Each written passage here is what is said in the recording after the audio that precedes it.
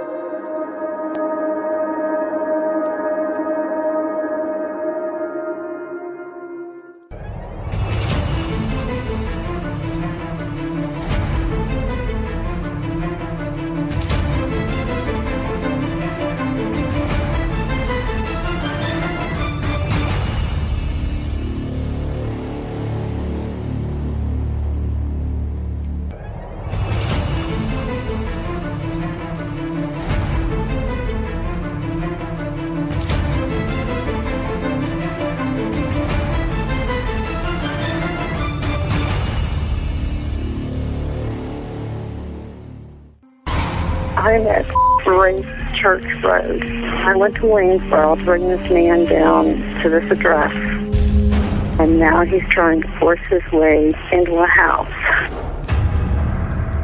I'm afraid to move my vehicle.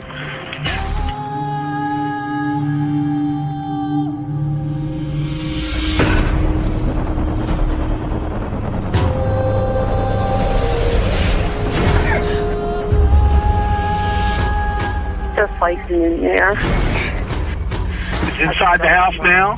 Yeah. You have your doors locked? It's open. I'm in a van. You need to make yourself safe, okay? Even if you've got to drive away from there to get away from him and close that and lock that door. Do that for me now, please. Okay, wait a minute.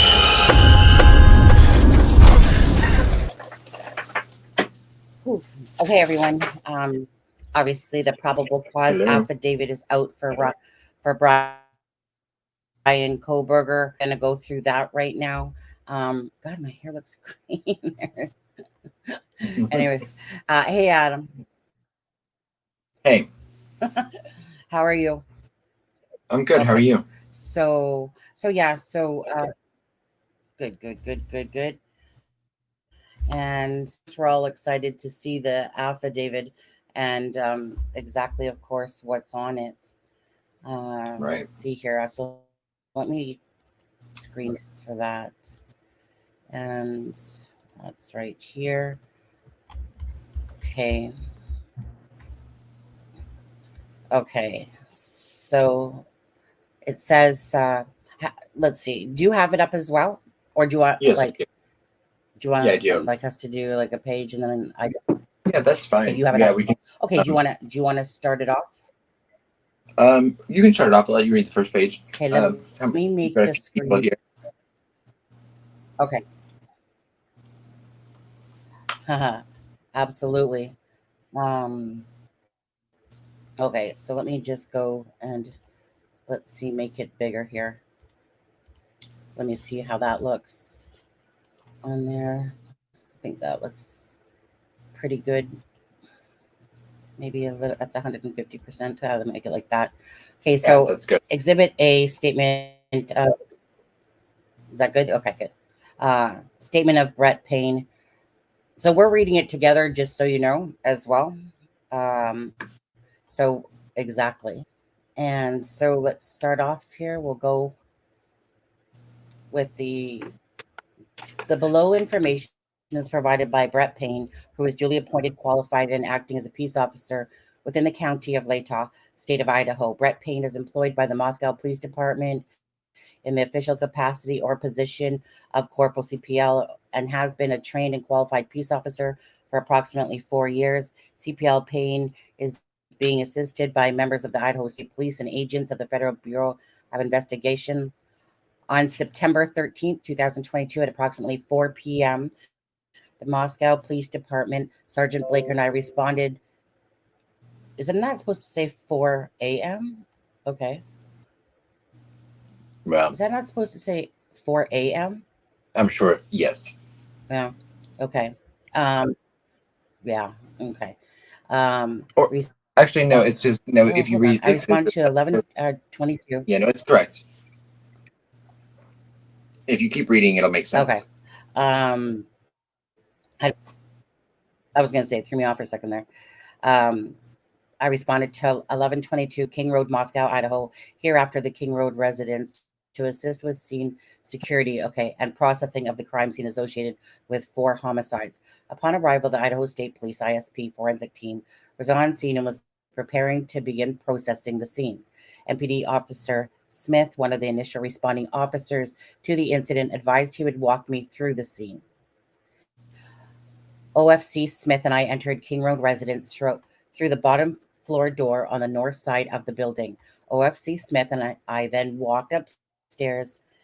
OFC Smith directed me down the hallway to the west bedroom on the second floor, which I later learned through Xana's driver's license and other personal belongings found in the room was Xana Kernodle's hereafter Kernodle room. Just before this, there was a bathroom door on the south wall of the hallway. As I approached the room, I could see a body later identified as Kernodle's laying on the floor. Kernodle was deceased with wounds which appeared to have been caused by an edged weapon. Also in the room was a male later identified as Ethan Chapin. Hereafter, Chapin was also deceased with wounds later determined. Autopsy report provided by Spokane. Okay. Wow. And then it says County Medical Examiner dated December 15th, 2022 to cause the sharp force injuries. Okay. I then do we want to talk about each page or just want to read it? Let's just read it and then we can go back over it. Okay. I then followed OFC Smith upstairs to the 3rd floor of the residence. The 3rd floor consists of 2 bedrooms and 1 bathroom. The bedroom on the west side of the floor was later determined to be Kaylee Goncalves. Hereafter Goncalves' room. I later learned from the review of Officer Nunez's body camera there was a dog in the room when Moscow police officers initially responded. The dog belonged to Goncalves and her ex-boyfriend Jack Decor. I found out from my interview with Jack Decor on November 13th, 2022, that he and Goncalves shared the dog. OFC then pointed out a small bathroom on the east side of the 3rd floor. This bathroom shared a wall with Madison Mogan's, hereafter Matt Mogan, bedroom, which was situated on the southeast corner of the 3rd floor.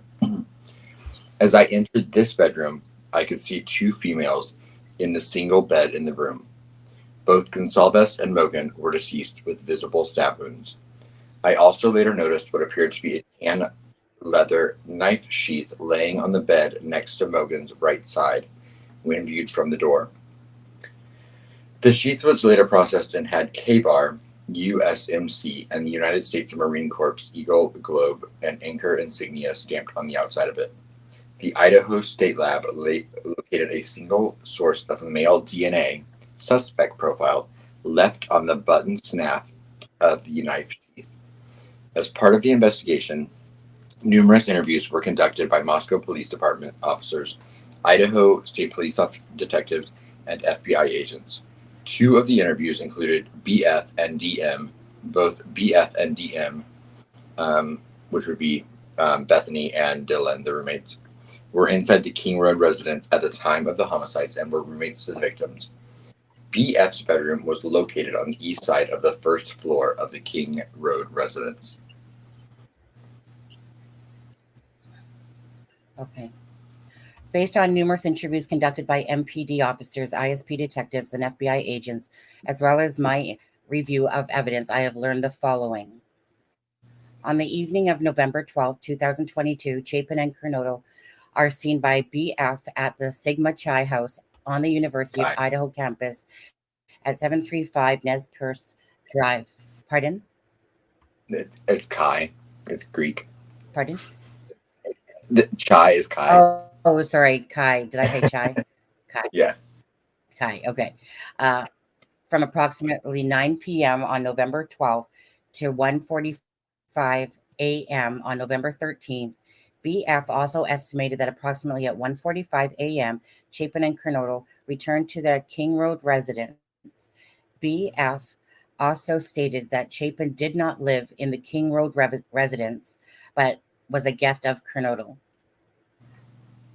Gonsalves and Mogan were at a local bar at the Corner Club at 202 North Main Street in Moscow. Gonsalves and Mogan can be seen on the video footage provided by the Corner Club between 10 p.m. on November 12th and at 1:30 a.m. on November 13th. At approximately 1:30 a.m., am I saying that right? Gonsalves, yeah. and Mogan can be seen on video at a local food vendor called the Grub Truck at 318 South Main Street in downtown Moscow. The Grub Truck live streams video from their food truck on the streaming platform Twitch, which is available for public viewing on their website. The video was captured by law enforcement. A private party blank reported that he provided a ride to Gonsalves and Mogan at approximately 1:56 a.m. from downtown Moscow in front of the Grub Truck to the King Road residence. DM, Dylan, and Bethany both made statements during interviews that indicated that the occupants of the King Road residence were at home by 2 a.m. and asleep or at least in their rooms by approximately 4 a.m. This is with the exception that Kernodle who received a DoorDash order at the residence at approximately 4 a.m. Law enforcement identified the DoorDash delivery driver who reported the information. Oh, wow. Sorry.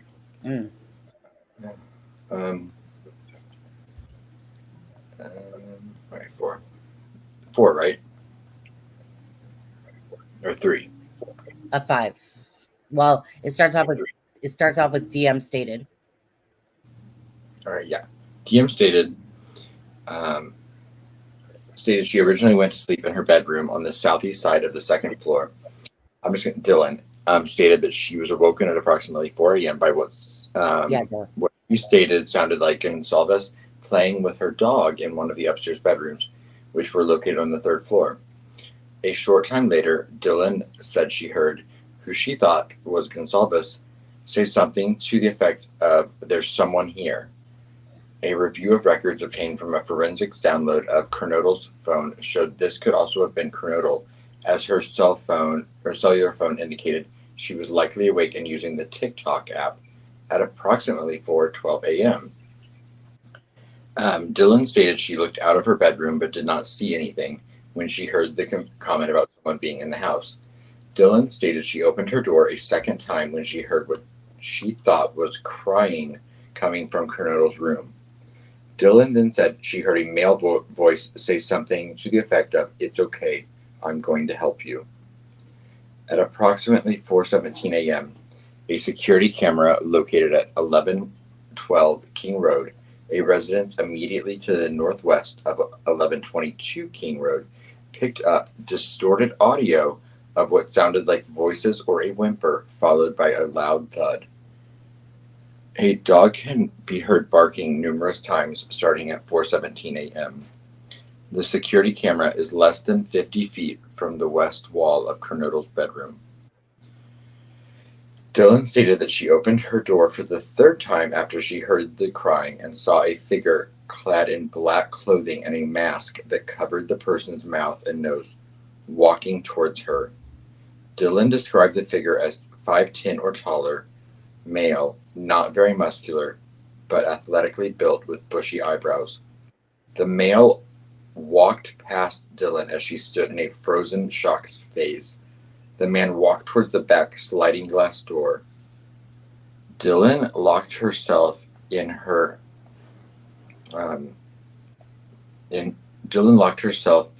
room after seeing the male.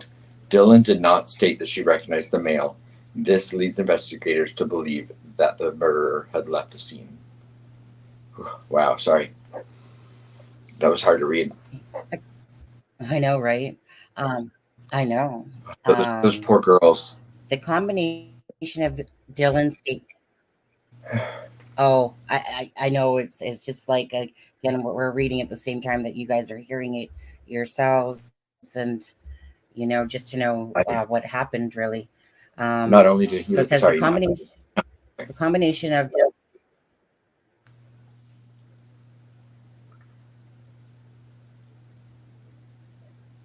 okay, there obviously there's a lag still.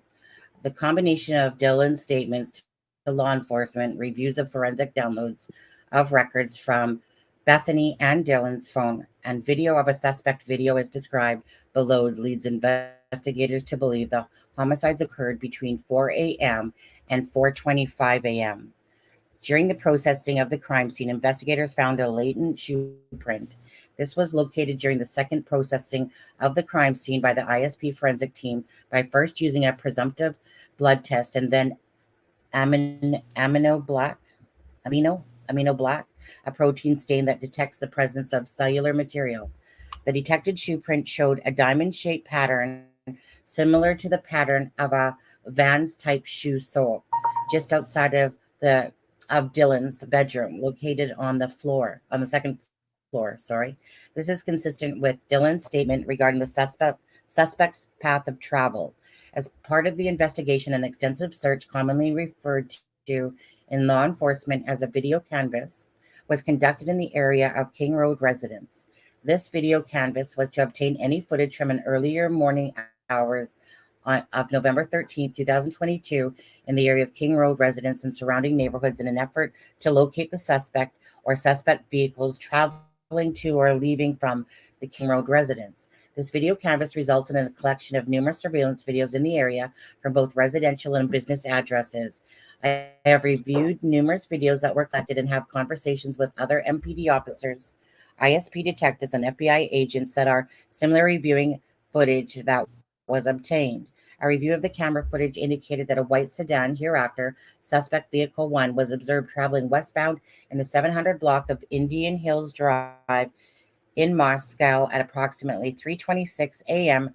and westbound on Steiner Avenue at Idaho State 95 in Moscow at approximately 3:28 a.m.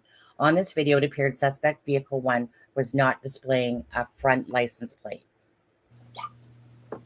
A review of the footage from multiple videos obtained from the King Road neighborhood showed multiple sightings of suspect vehicle 1 starting at 3:29 a.m. and ending at 4:20 a.m. These sightings showed suspect vehicle 1 makes an initial 3 passes by the 1122 King Road residence and then leave via Walnutta Drive. Based on my experience as a patrol officer, this is a residential neighborhood with a very limited number of vehicles that travel in the area during the early morning hours. Upon review of the video, there are only a few cars that enter and exit this area during this time frame. Suspect vehicle 1 can be seen entering the area a fourth time at approximately 4:04 a.m. It can be seen driving eastbound on King Road, stopping and turning around in front of 500 Queen Road, number 52, and then driving back westbound on King Road. When suspect vehicle 1 is in front of the King Road residence, it appeared to unsuccessfully attempt to park or turn around in the road. The vehicle then continued to the intersection of Queen Road and King Road, where it can be seen completing a 3-point turn and then driving eastbound again down Queen Road. Suspect vehicle 1 is next seen departing the area of the King Road residence at approximately 4:20 a.m. at a high rate of speed. Suspect vehicle 1 is next observed traveling westbound on Walnutta Drive. Based on my knowledge of the area and review of camera footage in the neighborhood that does not show suspect vehicle 1 during that time frame, I believe that suspect vehicle 1 likely exited the neighborhood at Palouse River Drive and Constatoga Drive. Palouse River Drive is at the southern edge of Moscow and proceeds into Whitman County, Washington. Eventually, the road leads to Pullman, Washington. Pullman, Washington is approximately 10 miles from Moscow, Idaho.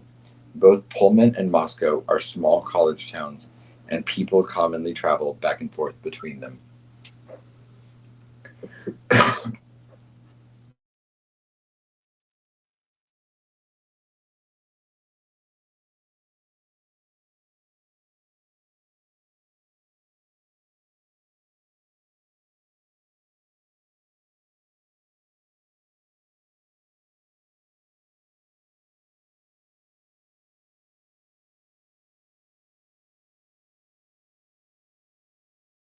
Sonny, are you muted? Yep, I was. Yes, Yeah, you need I to try. was. Yep. Didn't hear any of that. Let's try that again. Okay. Started and I was so flowing too. Okay. Law enforcement officers provided video footage of suspect vehicle 1 to forensic examiners with the Federal Bureau of Investigation that regularly utilized surveillance footage to identify the year, make, and model of an unknown vehicle that is observed by one or more cameras during the commission of a criminal offense. The forensic examiner has approximately 35 years experience or law enforcement experience with 12 years at the FBI. His specific training includes identifying unique characteristics of vehicles. He uses a database that gives visual clues of vehicles across states to identify differences between vehicles. After reviewing numerous observations of suspect vehicle 1, the forensic examiner initially believed that the suspect vehicle 1 was a 2011 to 2013 Hyundai Elantra. Upon further review, he indicated it could also be a 2011 to 2016 Hyundai Elantra. As a result, investigators have been reviewing the information on persons in possession of a vehicle that is a 2011 2016 white Hyundai Elantra. Investigators were given access to video footage on the Washington State University WSU campus located in Pullman. WA, which is Washington. A review of the video indicated that approximately 2:44 a.m. on November 13th, 2022, a white sedan, which was consistent with the description of the white Elantra known as suspect vehicle 1, was observed on WSU surveillance cameras traveling north on Southeast Nevada Street at Northeast Stadium Way at approximately 2:53 a.m. A white sedan, which is consistent with the description of the white Elantra known as the suspect vehicle 1, was observed traveling southeast on Nevada Street in Pullman, Washington towards SR 270. SR 270 connects to Pullman, Washington to Moscow, Idaho. This camera footage from Pullman, Washington was provided to the same FBI forensic examiner. The forensic examiner identified the vehicle observed in Pullman, Washington as being a 2014 to 2016 Hyundai Elantra.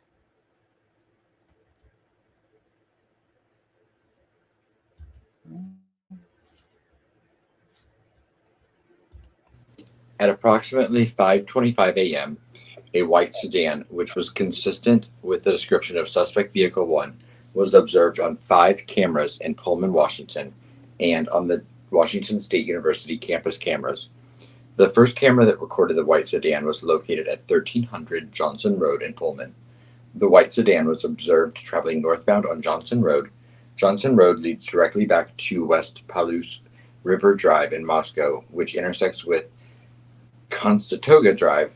The white sedan was then observed turning north on Bishop Boulevard and northwest on SR 270.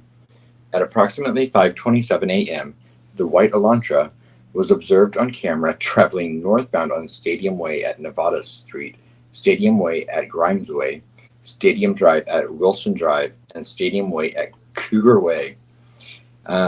Depiction showing Moscow and Pullman.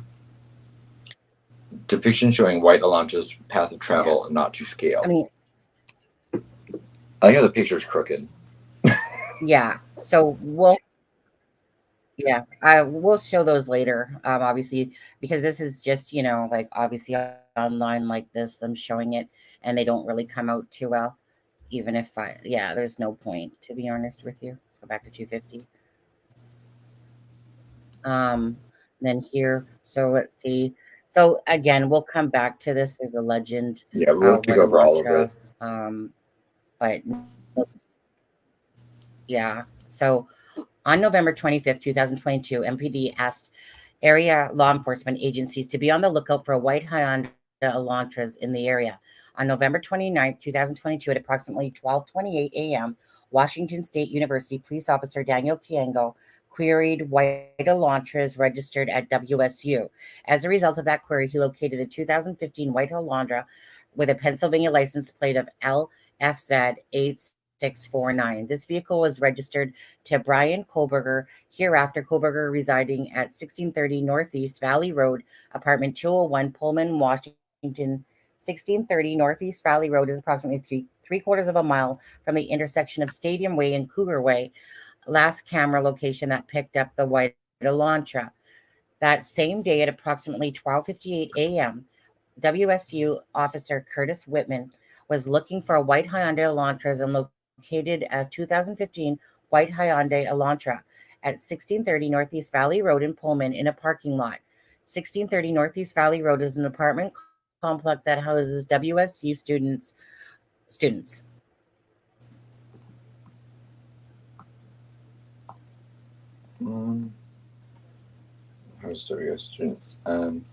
Officer Whitman also ran the car and it returned to Kohberger with a Washington tag. I reviewed Kohberger's Washington state driver's license information and photograph. This license indicates that Kohberger is a white male with a height of 6 foot and weighs 185 pounds. Additionally, the photograph of Kohberger shows that he has bushy eyebrows. Kohberger's physical description is consistent with the description of the male Dylan saw inside the King Road residence on November 13th.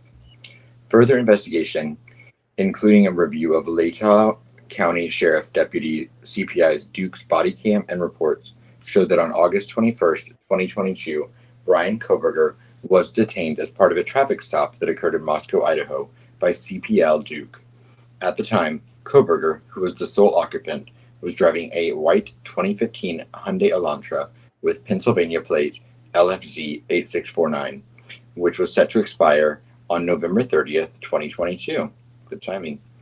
During the stop, which was recorded via a law enforcement body camera, Kohberger provided his phone number as blank 8485, which I have that if anyone wants it. Here after the 845. Yeah, I know. I was going to say phone, as his cellular cell phone number. Investigators conducted electronic database queries and learned that the 8485 phone number is a phone issued by AT&T. On October 14th, 2022, Bryan Kohberger was detained as part of a traffic stop by a WSU police officer. Upon review of that body cam and reported that stop, Kohberger was the sole occupant and was driving a white 2015 Hyundai Elantra with Pennsylvania plates LFC 8649. On November 18th, according to Washington State Licensing, Kohberger registered the 2015 white Elantra with Washington and then later received Washington plate CFB 8708. Prior to this time, the 2015 Hyundai Elantra was registered in Pennsylvania, which does not require a front license plate to be displayed. This was learned through communications with a Pennsylvania officer who is currently certified in the state of Pennsylvania.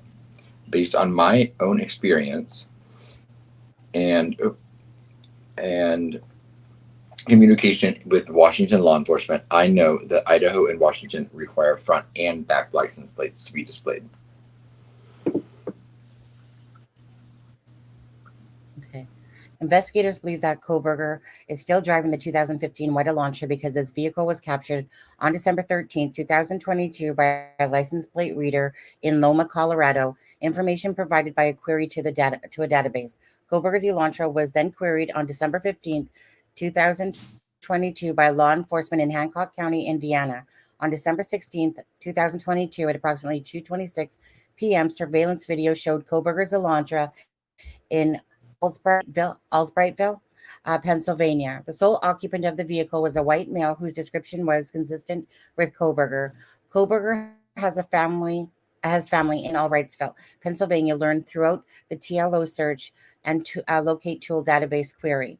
Based on information provided on the WSU website, Kohberger is currently a PhD student in criminology at Washington State University. Pursuant to records provided by a member of the interview panel for Pullman Police Department, we learned that Kohberger's past education included undergraduate degrees in psychology and a cloud-based forensics. These records also showed Kohberger wrote an essay when he applied for an internship with the Pullman Police Department in the fall of 2022. Kohberger wrote in his essay that he had interest in assisting rural law enforcement agencies with how to better collect and analyze technological data in public safety operations. Kohberger also posted a Reddit survey, which can be found by an open source internet search. The survey asked for participants to provide information to understand how emotions and psychological trait influence decision making when committing a crime. As part of this investigation, law enforcement obtained search warrants to determine cellular devices that utilized cellular towers in close proximity to the King Road residence on November 13th, 2022, between 3 a.m. and 5 a.m. After determining that Kohberger was associated to both the 2015 white Elantra and the 8458 phone, investigators reviewed the search warrant returns. A query of the 8458 phone in these returns did not show the 8458 phone utilizing cellular towers resources in close proximity to the King Road. Did not show the 845 phone utilizing cellular tower resources in close proximity to the King Road residence between 3 a.m. and 5 a.m. Based on my training, experience, and conversations with law enforcement officers that specialize in the utilization of cellular telephone records as part of the investigation, individuals can either leave their cellular telephone at a different location before committing a crime or turn their cellular telephone off prior to going into a location to commit a crime. This is done by subjects in an effort to avoid alerting law enforcement that a cellular device associated with them was in the particular area where a crime is committed. I also know that numerous occasions subjects will surveil an area where they intend to commit a crime prior to the date of the crime. Depending on the circumstances, this could be done a few days before or for several months prior to the commission of a crime. During these types of surveillance, it is possible that an individual would not leave their cellular telephone at a separate location or turn it off since they do not plan to commit the offense on that particular day. On December 23, 2022, I applied for and was granted a search warrant for historical phone records between November 12th at 12 a.m. and November 14th at 12 a.m. for the 8458 phone held by the phone provider AT&T, approximately 24 hours preceding and following the times of the homicides. On December 23, 2022, pursuant to that search warrant, I received records for the 8458 phone from AT&T. These records indicated that the 5458 phone is subscribed to Bryan Kohberger at an address in Albright, Pennsylvania, and that the account had been open since June 23rd, 2022.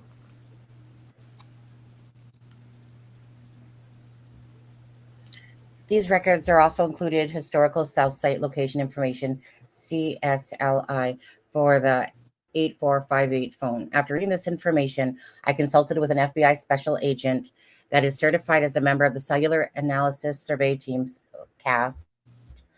Members of CAST filed with the FBI to provide expert testimony in the field of historical CSLI and are required to pass extensive training that includes both written and practical examinations prior to being certified with CAST, as well as the completion of yearly certification requirements.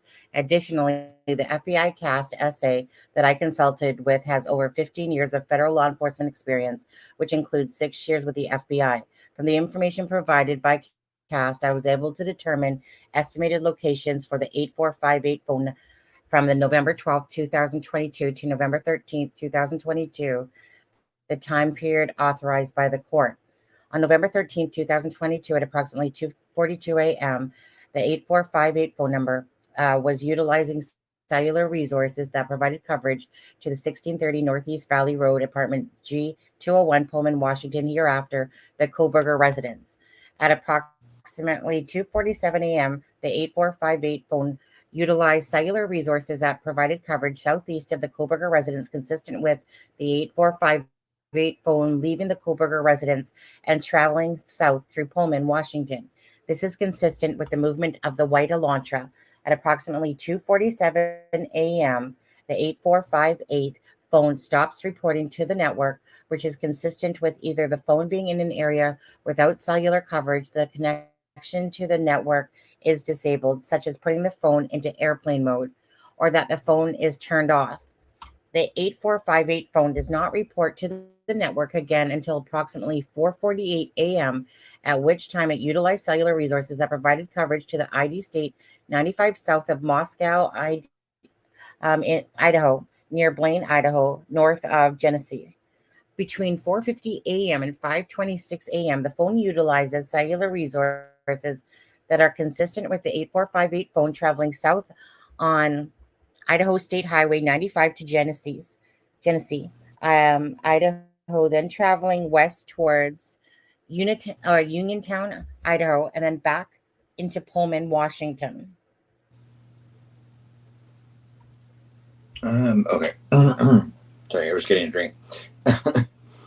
At approximately 5:30 a.m., the 8458 phone is utilizing resources that provide coverage to Pullman, Washington, and consistent with the phone traveling back to Kohberger's residence. The 8458 phone's movement are consistent with the movement of the White Elantra that is observed traveling north on Stadium Drive at approximately 5:27 a.m.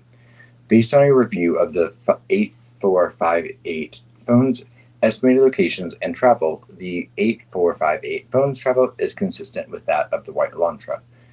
Further review indicated that the 8458 phone utilized cellular resources on November 13th, 2022 that are consistent with the 8458 phone leaving the area of the Kohberger residence at approximately 9 a.m. and traveling to Moscow, Idaho. Specifically, the 8458 phone utilized cellular resources that would provide coverage to the King Road residence between 9:12 a.m. and 9:21 a.m.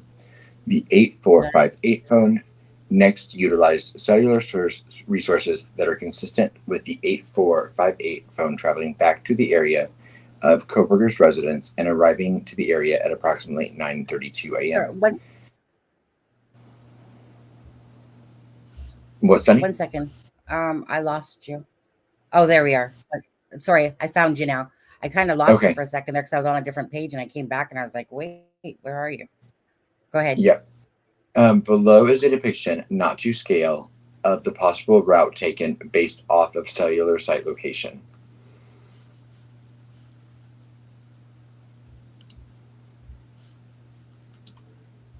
And again, I'm not going to see any pretty pictures on this type of format. The cryptic note. Kidding. Okay. Go ahead, Adam. Oh, is it still me? Here, I'll read it. Investigators found that an 8458 phone did connect. It's the lag. Go ahead, Adam. Investigators found that the 8458 phone did connect to a cell phone tower that provides service to Moscow on November 14th, 2022. But investigators do not believe the 8458 phone was in Moscow on that date. The 8458 phone has not connected to any towers that provide service to Moscow since that date. Based on my training experience and the fact of the investigation thus far, I believe that Kohberger, the user of the 8458 phone, was likely the driver of the White Elantra that is observed departing Pullman, Washington, and that this vehicle is likely suspect vehicle 1. Additionally, the route of travel to 8458 phone during the early morning hours of November 13th, 2022, and the lack of 845 phone reporting to AT&T between 2:47 a.m. and 4:48 a.m. is consistent with Kohberger attempting to conceal his location during the quadruple homicide that occurred at the King residence.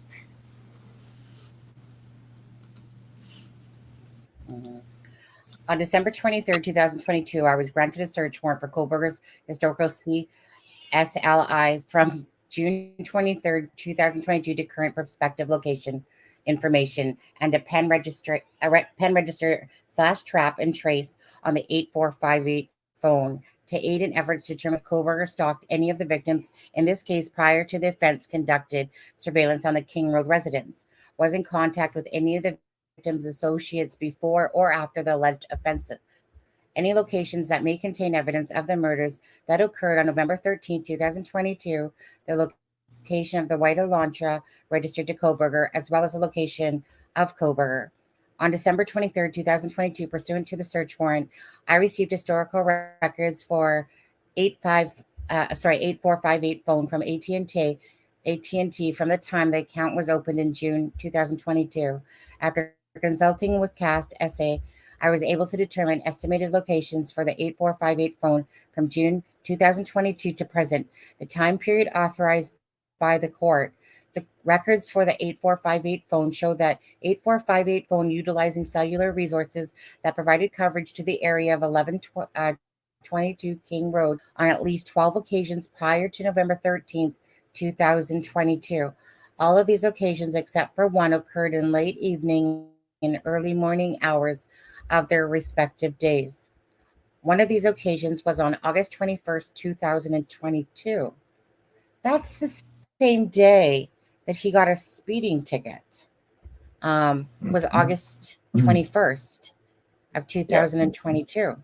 One of these occasions right on August 21st, 2022, the 84. Yeah, crazy. Because he was only about 6 minutes away from there. That farm road and whatever it was. Anyways, one of these occasions on August 21st, 2022, the 8458 phone utilized cellular resources providing coverage to the King Road residents from approximately 10:34 p.m. to 11:35 p.m. At approximately 11:37 p.m., Kohberger was stopped, by the Latah County Sheriff's Deputy, CPL Duke, as mentioned above. The 8548 phone was utilizing cellular resources consistent with the location of the traffic stop during this time, Farm Road and Pullman Highway. Further analysis of the cellular data provided showed that 8458 phone utilized cellular resources on November 13th, 2022, consistent with the phone traveling from Pullman, Washington to Lewiston, Idaho via U.S. Highway 190, I-95, or is that 195? It says 195. At approximately 12:36 p.m., the 8458 phone utilized cellular resources that would provide coverage to Kate's Copper of Joe Coffee stand located on 810 Port Drive, Clarkston, Washington. Washington. Do you just want to finish that page? Or just that one because it's so short? Sure. Surveillance footage. Surveillance footage from the U.S. Chef store located at 820 Port Drive, Clarkston, Washington, and adjacent to Kate's Cup of Joe showed a white Elantra consistent with suspect vehicle 1 drive past Kate's Cup of Joe at the time consistent with the cellular data from the 8548 phone. At approximately 12:46 p.m., the 8458 phone then utilized cellular data in the area of Albertson's grocery store at 400 Bridge Street in Clarkston, Washington. Surveillance footage obtained from Albertson showed that Kohberger exit the white Elantra consistent with suspect vehicle 1 at approximately 12:49 p.m. Interior surveillance cameras showed Kohberger walk through the store, purchase unknown items at the checkout, and then leave at approximately 1:04 p.m. Kohberger's possible path of travel is depicted below, not to scale.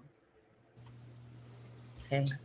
Additional analysis of records for the 8458 phone indicated that between approximately 5:32 p.m. and 5:36 p.m., the 8458 phone utilized cellular resources that provide coverage to Johnson, Idaho.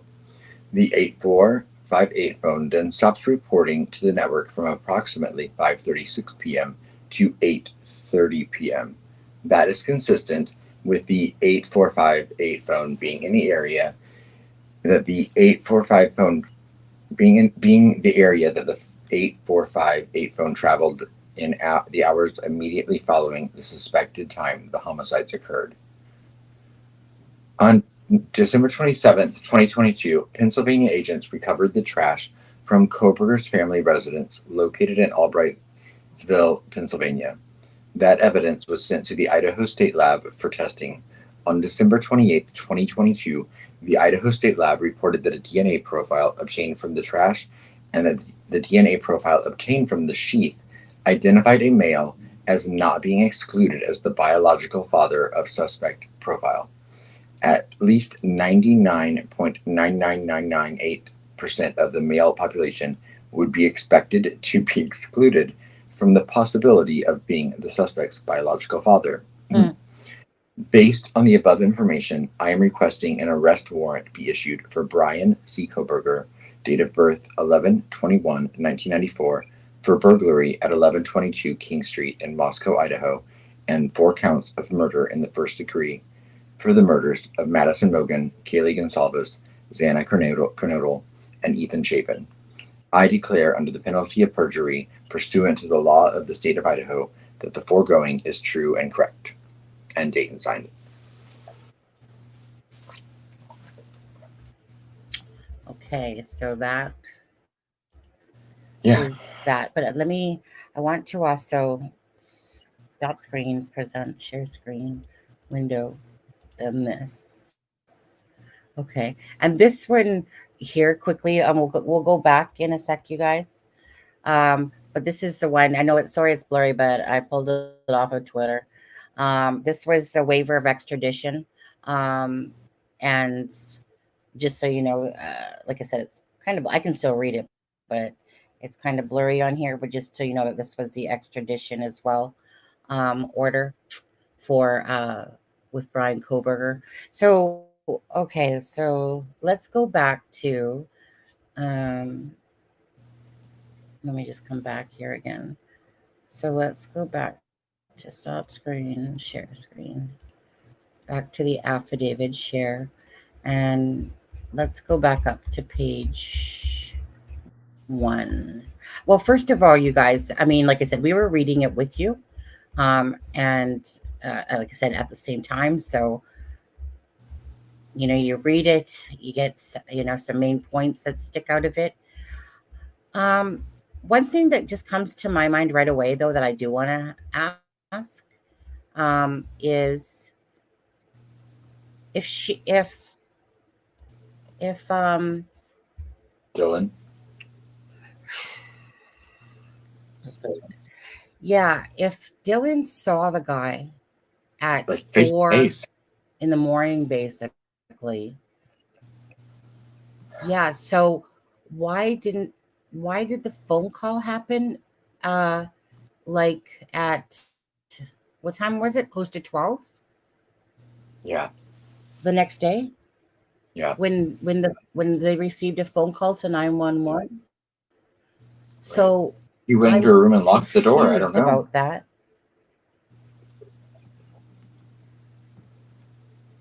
Yeah. Maybe she, you know, I mean, maybe she thought it was a prank. Thoughts on that one? Because that one, you know, being she went in and locked the door. Yeah, but being in the Greek life, maybe she thought it was a prank. No, I don't know. I don't get that vibe at all. Do you guys? Well, I mean, I didn't, but I can't think like, of any she other. She literally said she went. Like, it just, when someone says that they go in and lock the door, you know, because she said she saw a person in a black ski mask. Yeah. And that was the third time. It just seems so strange that, because if she would have just say she closed the door, but it was like she locked the door. So that would usually assume that that person saw a guy in a black mask, ski mask, and they would have coming right at her. Locked the door because they were in fear that there was a stranger. Hey? I said, yeah, I mean, because she saw him face to face. He was coming right at her. How terrifying. Yeah. So, yeah. And it just seems so strange. And he was probably wore out by that point, to be honest with you. But you would think that he would have taken Dylan. Yeah. Was BK calling in noise complaints to track police response time? I've heard that rumor. I don't think I know. Did we read that? I've heard. No, we did not hear that. I've heard the rumor. That rumor that's going around, I think, is false because people are saying they don't have the call, the where those calls originated from. But my understanding is that police do know where those noise complaints came from, and they came from legitimate sources.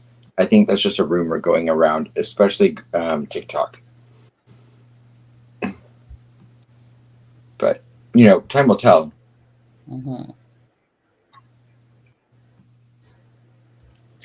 Yeah. Melissa, we just actually finished reading the affidavit for Bryan Kohberger. And so we just like literally finished reading it. It was like 19 pages long. And so we were just going to kind of go through each of the pages. You want to go through each page? And then kind of just, yeah, do you want to? Yeah. I just wish there wasn't such a lag. Yeah, I don't go know through what's each going page and on. kind of talk about it. Yeah. I don't honestly know what's going on with that either, to be honest with you. I'm gonna have to ask my husband if it's because he took out that cable or what, to be honest. Um, this is so bizarre. They released it. It's been out for about what, an hour and a half, 2 hours type of thing. Yeah. Okay. I just need 1 minute. I just need a minute. So you guys will just be a minute and then we'll be right back and then we'll go over it, okay? Unless you want to look at it and talk. I'll be right here. I just need to do something really quick. No, that's fine. We'll take a little minute break.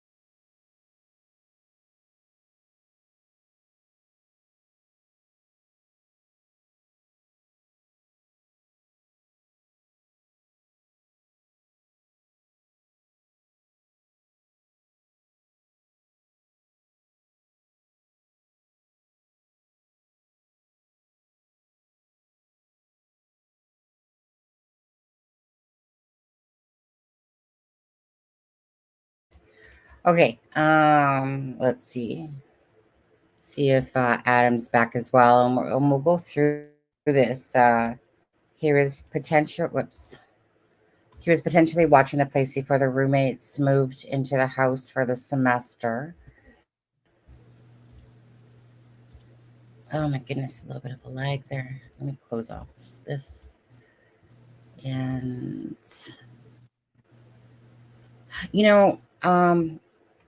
we'll probably be doing a couple of lives today, to be honest with you. This one, and then we'll do another one later where we show more of the mapping as well. Right. And then there's something else that I wanted to show that I came across yesterday. But but I want to have that in order first. But let's go through this, Adam. We'll go through this, whatever. We'll call it a day for this particular live. And then we'll go through this, and then we'll prepare for another one later. As we look at the timestamps and the mapping, on Google Map and stuff like that, and give a better. Let me just. I want to look at something really quick. What is that you're showing us?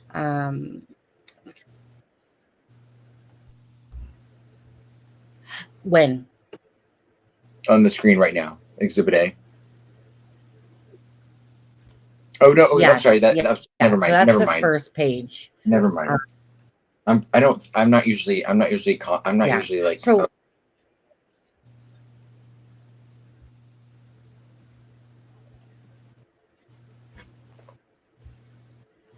you're not usually right. Sorry, I know there's a stupid lag here sometimes, guys. For some reason. Okay, so let's go through the first page, Adam. If you want to start reading that again, and we'll kind of talk about each page as we're. Oh yeah, let me get it back up there. Yeah, let me get it back up there. Let me see. Okay. Well, here, let me start off with the first page, unless you got it right handy. You can do it. You can start, and then I'll do the second page. Okay. So let's go through this again, guys. The below information is provided by Brett Payne, who is duly appointed, qualified, and acting peace officer with the County of Idaho, State of Idaho. Brett Payne is employed by the Moscow Police Department in an official capacity or position of corporal, and has been trained and qualified peace officer for approximately 4 years. Payne is being assisted by members of the Idaho State Police and agents of the Federal Bureau, FBI. Okay. So on November 13th of 2022, at approximately 4 p.m., okay, so this is in the afternoon, Moscow Police Department, Sergeant Blaker and I responded to 1122 King Road, Moscow, Idaho, hereafter the King Road residence, to assist with the scene security and processing of the crime scene associated with 4 homicides. Upon our arrival, the Idaho State Police ISP forensic team was on the scene and was preparing to begin processing the scene. MPD Officer Smith, one of the initial responding officers to the incident, advised he would walk the scene. So Smith and I entered the King Road residence through the bottom floor door on the north side of the building. So that's the front. Yeah. Yes. That would be the front, correct? Yes. Smith and I then walked upstairs to the second floor. Smith directed me down the hallway to the west bedroom on the second floor, which I later learned to be Zaina's room. And just before this room, there was a bathroom door on the south wall of the hallway. As I approached the room, I could see a body later identified as Kernodle's laying on the floor. Kernodle was deceased with wounds which appeared to have been caused by an edged weapon. Also in the room was Ethan Chapin. Hereafter, Chapin was also deceased with wounds later determined autopsy report. Okay. So, so that one's basically, obviously saying that on the second floor that there was both the Zaina and Chapin. Right. And so she was the deceased. And so, it's funny because everyone said that Ethan was the one that was either in the hall or like blocking the door, but apparently Zaina is the first one that he saw.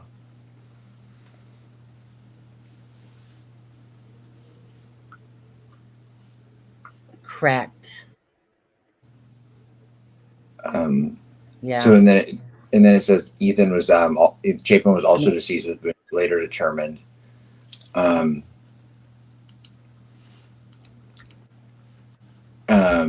To be the sharp force objects. So that makes me wonder, I'm like, was she closer to the door, or because it doesn't necessarily say where they are in the room. It just says he noticed her first and then Yeah. saw him, and it never says where in the room Ethan was. It doesn't say if he was in the bed or if he was on the floor, which I found interesting because whereas with Xana, Yeah. Matt, and Kaylee, they said where they were all at in the rooms. But I'll go ahead and start the second page. Okay. Unless is there anything else you can think of on that one? Yeah, yeah. No, no. I mean that was Bambi. Stop. My cat. Oh, I'm your gonna cat. you go ahead, I was start reading that, and I'm just gonna go boot my cat out of the room. You're okay. I was like, who is she talking to? I don't see a Bambi in the chat. Okay. Oh yeah, the cat. 1 second. So go ahead and read. I then followed OFC Smith upstairs to the third floor of the residence. The third floor consists of 2 bedrooms and 1 bathroom. The bedroom on the west side of the floor was later determined to be Kaylee Gonsalves, hereafter Gonsalves' room. I later learned, from a review of Officer Nunez's body camera, there was a dog in the room where Moscow police officers initially responded. The dog belonged to Goncalves and her ex-boyfriend Jack Decor. I found out from my interview with Jack Decor on November 13th, 2022, that he and Goncalves shared the dog. OFC Smith then pointed out a small bathroom on the east side of the third floor. This bathroom shared a wall with Madison Mogan's, hereafter Mogan's bedroom, which was situated on the southeast corner of the third floor. As I entered this bedroom, I could see 2 females in the single bed in the room. Both Gonsalves and Mogan were deceased with visible stab wounds. I also later noticed what appeared to be a tan leather knife sheath laying on the bed next to Mogan's right side when viewed from the door. The sheath was later processed and had KBAR USMC and the United States Marine Corps Eagle Globe and Anchor insignia stamped on the outside of it. The Idaho State Lab later located a single source of male DNA suspect profile left on the button snap of the knife sheath. As part of the investigation, numerous interviews were conducted by Moscow Police Department officers, Idaho State Police detectives, and FBI agents. 2 of the interviews included Bethany and Dylan. Both Bethany and Dylan were inside the King Road residence at the time of the homicides and were roommates to the victims. Bethany's bedroom was located on the east side of the first floor of the King Road residence. So, I can't help, of course, on that one, my first thought is they were, in the single bed, which we knew. And we'd heard rumors about the knife sheath, but we talked about that even last night. The rumor with that had always been it was under Ethan's body. But interesting to find out that there really was a sheath and they got DNA off of it and that it was actually on the bed next to Madison. Yeah. Yeah. And then do you have any thoughts as far as like the sheath saying KBAR and the USMC thing? Yeah, I was wondering about that earlier. Yeah, where do you get that? Right? Which he probably. It wouldn't shock me if he did purchase it from someone online, right. Probably. But who knows? Who knows? That will come out. There's a few things see through that we don't know yet. They weren't. It wasn't in the affidavit. He left through the back door or the back sliding door, I believe it was. But it didn't say how he entered, I don't believe, if I do recall. Well, I don't know. We'll have to. I'm sure we'll get there. I mean, yeah, I'm not sure. Yeah.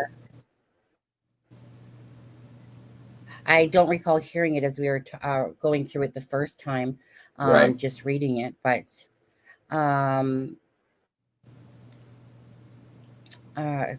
sorry, I was, like I said, out of the room, so I was just kind of trying to see what else was said on here. I see 2 females in a single bed. Okay, so the sheath thing obviously was true. Right. Yeah. It was mistaken because people said it was under Ethan. So, I mean, a lot of these things, we had little bits of it, but now really? to see that. Yeah, that was always the rumor that it was found under Ethan, but now we find out it was on the bed next to Madison. So, I mean, I'm looking, the totality of it is that I'm looking at it all thinking, well, we had all little bits and pieces of this stuff, but there were definitely, things were a little off to the facts that, Right. we now know.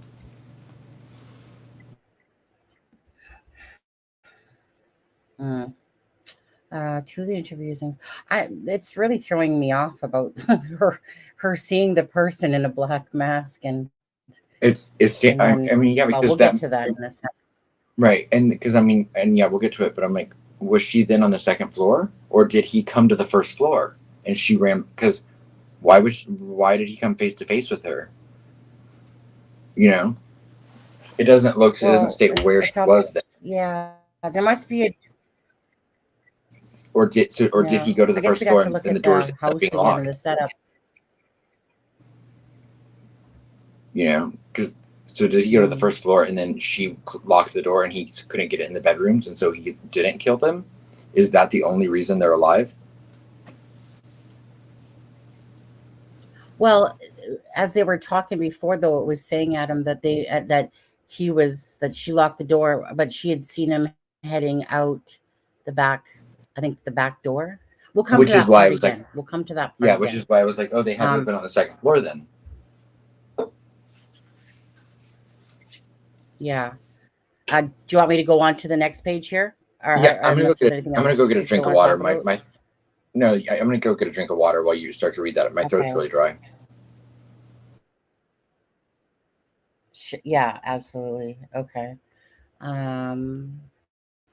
Okay, let's go down to the next one. So based on numerous interviews conducted by MPD officers, ISP detectives, and FBI agents, as well as my review of evidence, I have learned the following. On the evening of November 12th, 2022, Chapin and Kernodle are seen by Bethany at the Sigma Chi house on the University of Idaho campus. Okay, so we know that. And I'm not going to, again, we've read this already, so if I skip over a few parts of it, it's just because I don't feel like reading the address there. But so at 9 p.m. on November 12th to 1:45 a.m. on November 13th, Bethany also estimated that at approximately 1:45 a.m., Chapin and Kernodle returned to the King Road residence. Bethany also stated that Chapin did not live in the King Road residence, but was a guest of Kernodle. Gonsalves and Mogan were at a local bar, the Corner Club, okay, which can be seen on the video footage provided between 10 p.m. on November 12th and 1:30 a.m. on November 13th. At approximately 1:30 a.m., Gonsalves and Mogan can be seen on video at a local food vendor called The Grub Truck at 318 South Main Street in downtown Moscow. The Grub Truck live streams video from their food truck on the streaming platform, which is available for public viewing on their website. This video was captured by law enforcement. A private party reported that he provided a ride to Gonsalves and Mogan at approximately 1:56 a.m. from downtown Moscow in front of the Grub Truck to the King Road residence. Dylan and Bethany both made statements during the interviews which indicated the occupants of King Road residence were at home by 2 a.m. and asleep or at least in their rooms by approximately 4 a.m. This is with the exception of Kernodle, who received a DoorDash order at the residence at approximately 4 a.m. Law enforcement identified the DoorDash delivery driver who reported this information. Are you back, Adam? Okay. So, you know what? Yes, I'm back, sorry. We know that. Oh, okay. So I think that we should just keep going down to the next page because really that page is just talking about the Grub Truck and time and stuff like that.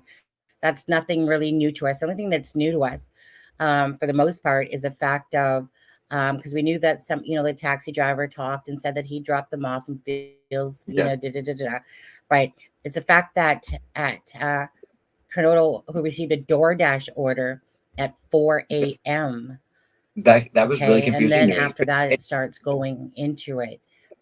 Right. And I can say I have pictures of that. That's from Jack in the Box, which that's always stood out to me because I didn't know the timing that she got the order, but I knew that she had a Grubhub order delivered that night. I just didn't know what time. But I have the picture. I mean, I have the pictures of the bag, and it says Xana's name on it. And it was at 4 a.m. I guess now that we know it was at 4 a.m. Here, I'll send those to you, Sunny. So if you want to put them on screen, I'll have to find them. It'll take me just a second. Yeah. Okay, so so Dylan stated she originally went to sleep in her bedroom on the southeast side of the second floor. Dylan stated she was awoken at approximately, so this is Dylan, at approximately 4 a.m. by what she stated sounded like Gonsalves playing with her dog in the upstairs bedroom. Thank you. Which were located on the third floor. A short time later, Dylan said she heard who she thought was Gonsalves say something to the effect of, "There's someone here." A review of the records obtained from forensic download of Cornoodle's phone showed that this could also have been Cornoodle, as her cellular phone indicated she was likely awake and using the TikTok app at approximately 4:12 a.m. Dylan stated she looked out of her bedroom but did not see anything when she heard the comment about someone being in the house. So she looked out of her bedroom, and Dylan is on the first floor, correct? Yeah, she's got the red curtains, like when you see the light on. Dylan stated she opened the door. Oh, right. Dylan stated she opened the door a second time when she heard what she thought was crying coming from Cornoodle's room. Oh. Dylan then said she heard a male voice say something to the effect of, "It's okay, I'm going to help you." That was like one of the worst parts I thought we read. Yeah, actually, we'll stop there for 1 second. And I'm just going to go over to your pictures as well here that you sent. Mm-hmm.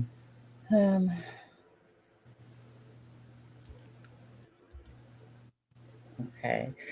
So when did you get these images, Adam? I've had them for, a month. But I didn't know. Oh. But I didn't know if there was importance to them.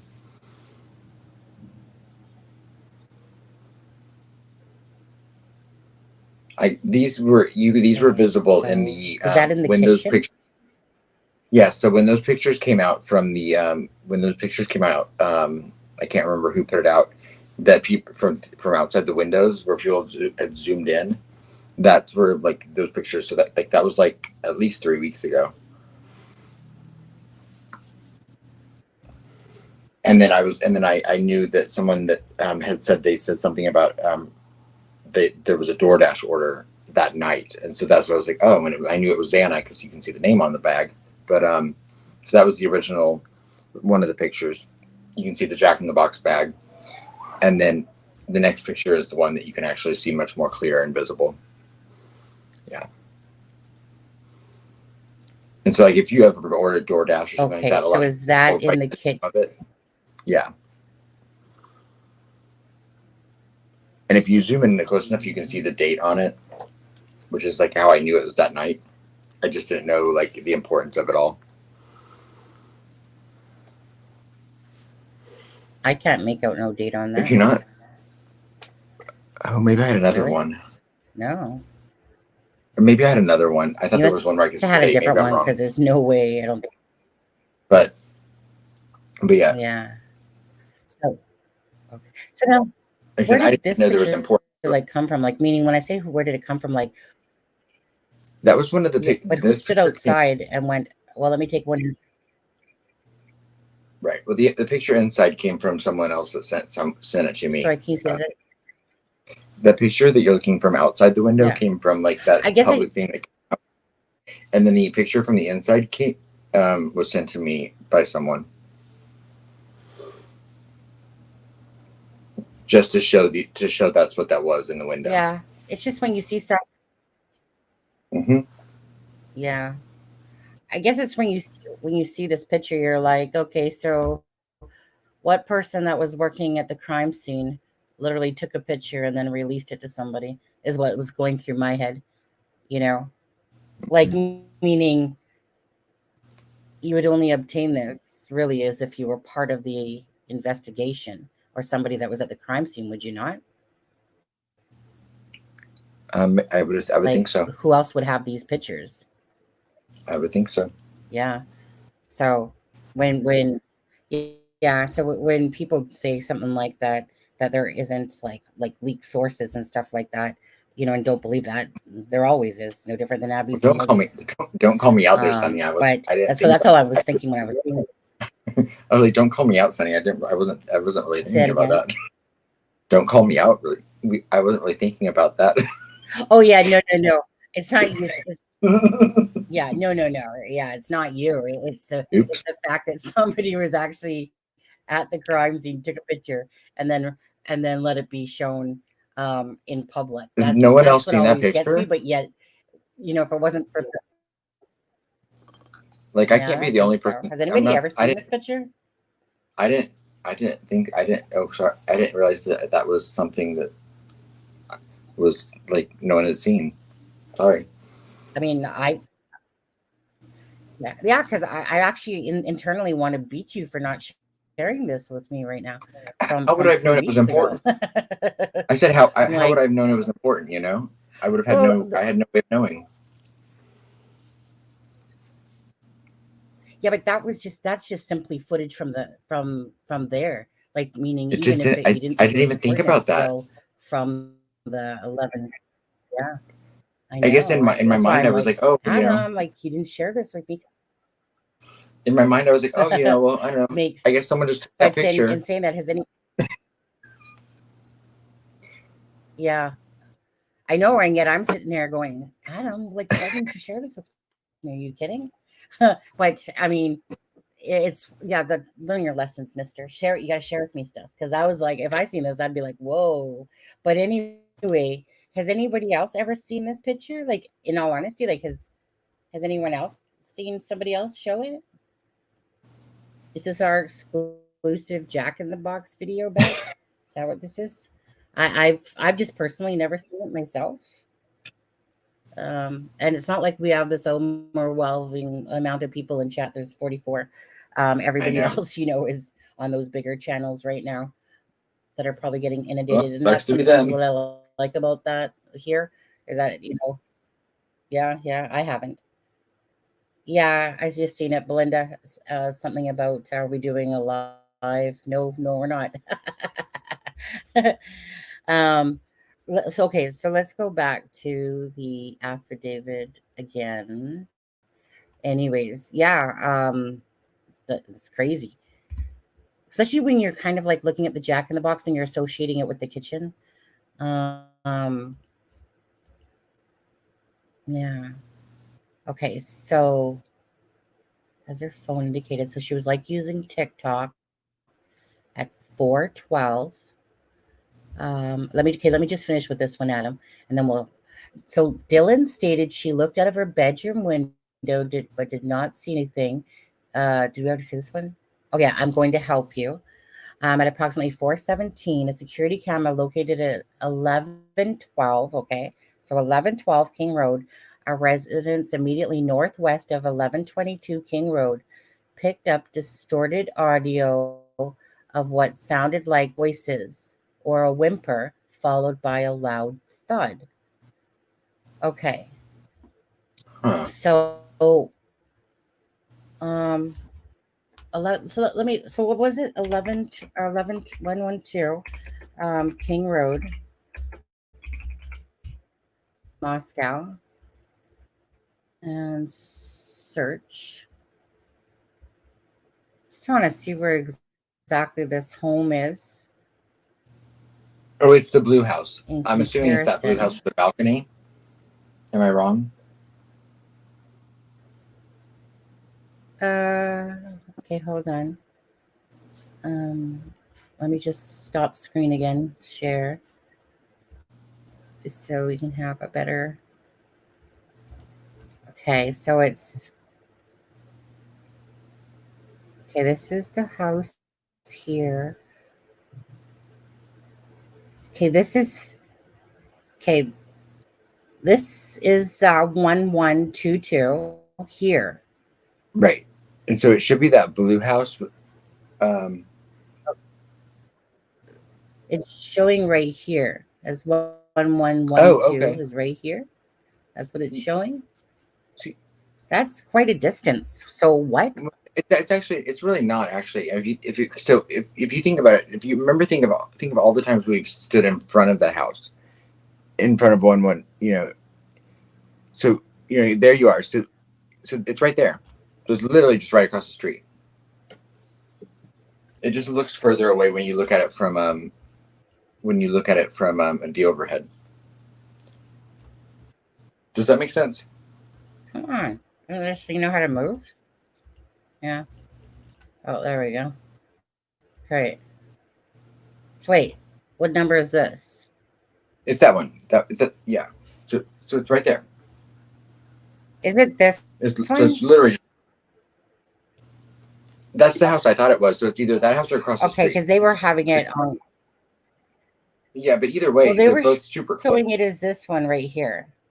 Yeah, but that's still super close. Yeah, but to pick up audio? That's why I thought it was the blue. That's why I thought it was the house across the street. Yeah, but how do you pick up audio? Well, that's why I thought it was the house next door. Maps. How hard are you?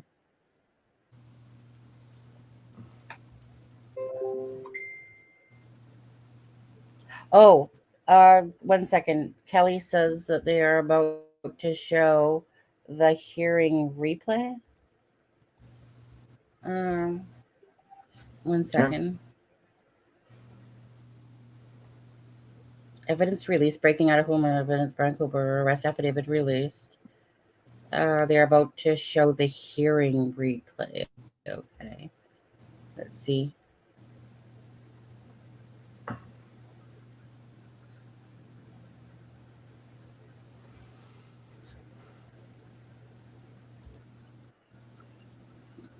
That's good.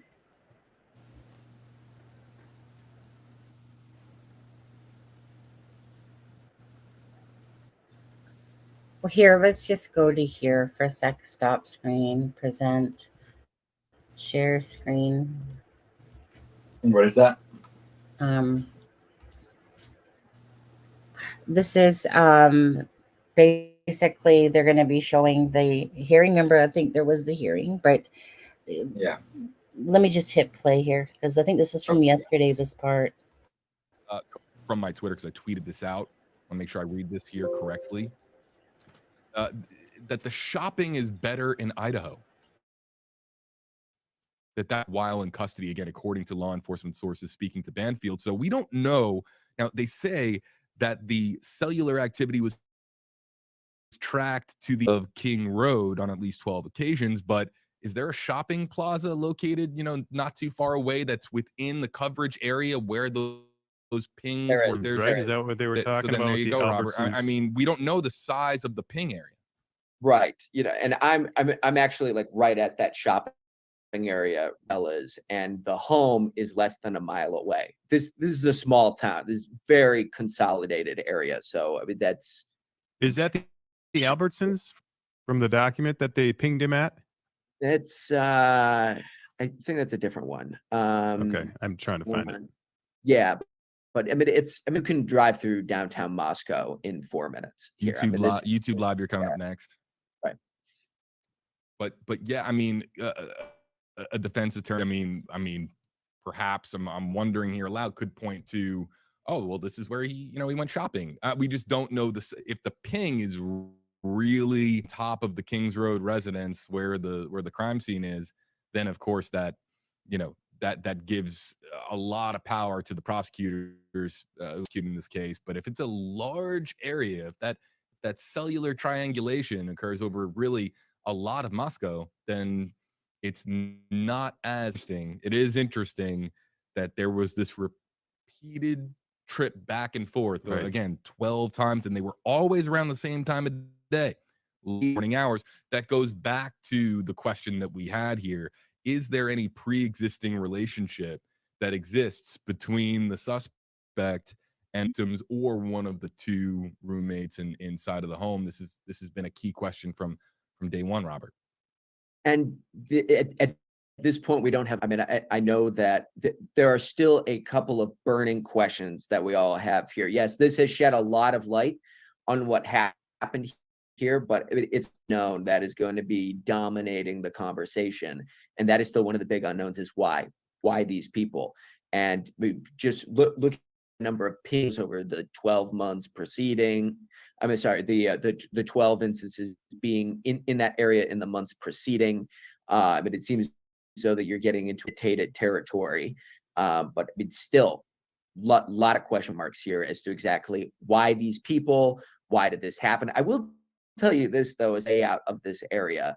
I mean, it's just a little bit off campus, and the road that this is on, it's pretty tucked away. You almost second, but I mean, this home, this road kind of goes up a side of the hill, and it kind of gets off the beaten path. You look around, it is tucked away. I mean, it's like Robert, I'm gonna hop in here for a second because a replay feed of Kohberger's court. Let's listen. I have court-appointed counsel. Court has reviewed your application for attorney at public expense.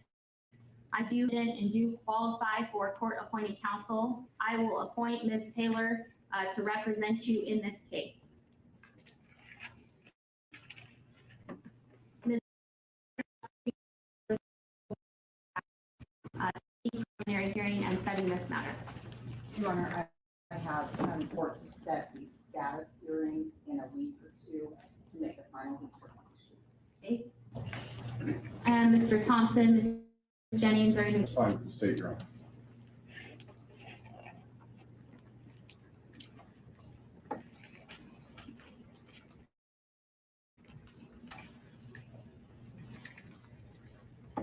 For audience watching live, this is a I will go ahead replay. and set this matter for a status hearing then on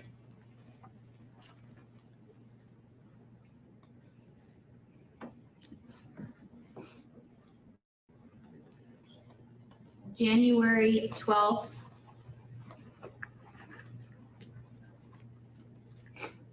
at 10 o'clock a.m.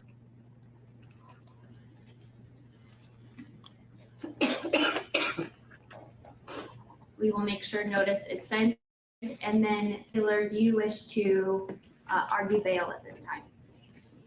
Your Honor, I would like to ask the court to consider setting a bond.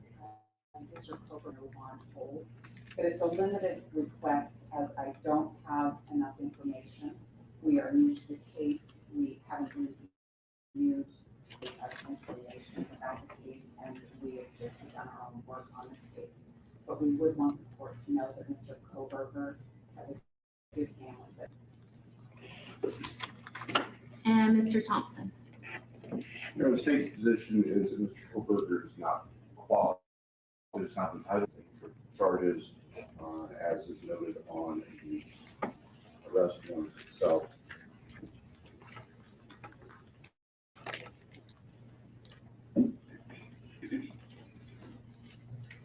Under Code 19-816, 19-2903, given potential penalties in this case, there's no right to bail. Bennett was arrested 3,000 miles away across the country, where his family remained in custody. No bail. At this point in time, pursuant to Idaho Criminal Rule 46B and Idaho Code 18.816 and 2903, I am going to leave the bail set in this case as no bail at this point in time until their information at a later date and time. So with that, then Mr. Kohberger, you will be remanded in custody and remain in custody on the no proceedings in this matter. Is there anything further in the case then for today, Mr. Thompson? Yes, Your Honor. This is for no contact orders for various family members of deceased and also surviving roommates. I spoke briefly with Ms. Taylor. And Ms. Taylor, is that correct? That is correct, Your Honor. So I will go ahead and issue those. So I do have a no contact order then for the named individual of Dylan Mortensen, as well as the family members and Mr. Chapin, the family member.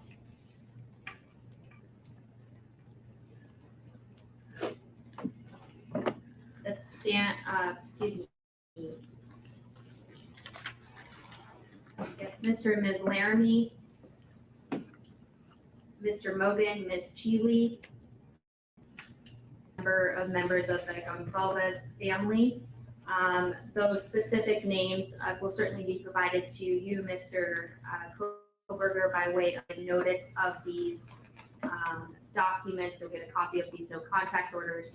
What you do need to be advised of and what will be in this no contact order is you are in contact with them whatsoever. You cannot contact them through third person in writing or by any electronic means. You cannot Snapchat, Twitter, Instagram, use the phone to communicate with them or otherwise any form of communication in direct or indirectly with them. In any conduct that would harass, stalk, threaten, use, attempt to use, or threaten to use any physical force or violence upon them, or place them in reasonable fear of bodily. Cannot go within or knowingly remain within 300 feet of their person or their home, workplace, or any other place. So there are no exceptions to these orders. And if you do violate these orders, it is a new misdemeanor offense. It is punishable by up to a year and $1,000 fine or both. At this point in time, due to being in the magistrates division here, I am going to issue the no contact orders for a period of 2 years. And then if it needs to be modified or judged, it can be done so at that time. Is there anything further, Mr. Thompson? Oh, yeah. Anything further? All right, thank you. We are adjourned.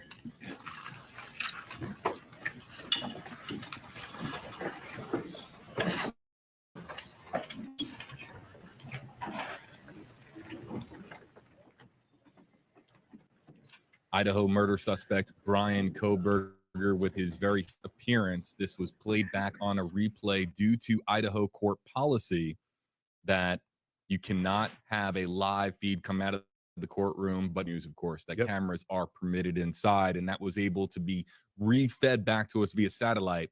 So we were able to tap into that here in the Stream Center and go to that. And of course, we're learning more now, Josh, about the fact that there's going to be no bail for. It appears the attorney asked for it, and it sounds like obviously can't have any contact with any of the victims' families or anybody within. And it sounded like the 12th, so a week from now. Yep. And this took place about 45 minutes to an hour ago. Tapping in. We'll start now again, looking at we're going to resume the interactive Q&A here. Hashtags all around your screen, folks. We want to bring in your question. You might just have, again, an observation, or if you just want your voice to be heard, use any of the hashtags around your screen. We'll bring it up. But Robert, you had one from Twitter. We're paying attention. Right. This was about 17 minutes ago from @thatgirlJD. It's a good question. It says, "Hey, JB, considering he studied a lot with criminology, a sheath around." And I know there's been a lot of people who have been talking about the fact that he is a PhD student in the Department of Criminal Justice in criminology. Actually spoke with someone the other day who graduated from that exact same program, and really tried to shed some light on what that curriculum looks like. For the most part, the curriculum revolves, it's not like CSI 101 or anything like that. But what the program consists of: the role of police in a society. What is the role of a criminal justice system? Why do police make certain decisions? Why are crimes committed among certain demographics more than others, or certain geographic areas more than others? It was very theory-based. Is that, of course, a lot of people have been talking about the Reddit study, that was commissioned at DeSales, where it was asking what was going to a killer, or not necessarily a killer, but someone who was committing a crime. What was their mindset? What was their process like? And he said that that's way outside the norm for a PhD criminal justice criminology student to be researching things like that. He said, for the most part, research things like that are looked down upon. And that, that's not well appreciated in the PhD academic. So we thought that was pretty bizarre that all that was taking place. Then the other thing that was mentioned as well, that exact same person said, look, people are talking pursuit as if this person was a budding mastermind at the behest of the American higher education system. Who came from that same program said, look, it seems as though there were some pretty sloppy mistakes that were made here, if that were to be the case. One of them with the sellings, in the weeks preceding up, another one, with the crime scene itself, or the way that it was left, and things of that nature. So, it's the car. The car. That's car one of the biggest pieces. Well. Yeah, exactly. So, it seems as though that, people are put that there's like this higher education genius level. Doesn't seem to be the case for those who, have studied in those programs and are, looking at that, lens. That's a good point.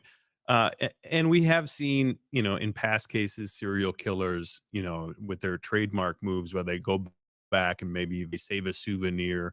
So in the mind of a serial killer, just to think outside of this case, they have done some very strange things. Now, I remember somebody putting a study out there to actually gain intelligence on how a criminal of this magnitude would think or operate, or to give us some insight on how they would view someone in that regard.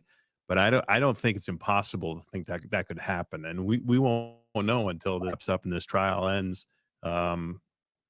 But it's all very fascinating to watch these pieces come together. We have a lot more to talk about regarding the car, and I also blow up earlier this morning. I did a blow up of the Indiana traffic stop, and so that we could kind of look zoomed out from the body cam. I wanted to blow it up and get a really good look at inside of the vehicle, because of course the Fox News report coming out that the FBI coordinated, get a better look at his hands. So I wanted to kind of do a deeper dive into that video in a little bit. So stick around, folks. We have a lot more coming, but I would get to some of the comments coming in. Let's get to.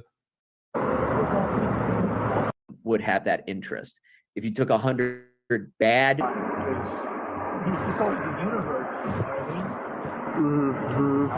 So y'all. I'm just going to pause it for a sec. I don't know. Do you want to continue watching it, or do you want to just drop the link at him? If you want to watch for a few more minutes, that's fine. Up to you. Yeah. Okay. We were caught behind. I think Mandy wanted to go back to something here in the court. I think it was. Let me find it again. Okay. I'm just going to try to find that piece for a sec. If you watch his eyes as he's saying like the Gonzalez last name, but just, let me find that.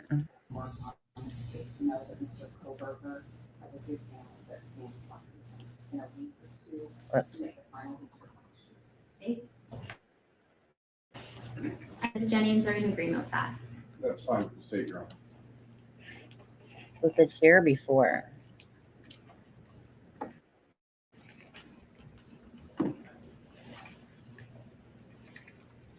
Was it here For before? audience watching live, this is a I will go ahead replay. and set this I don't for remember. on the calendar on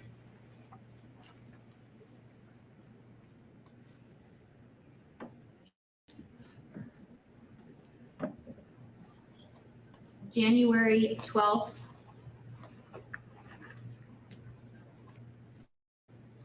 10:00 a.m.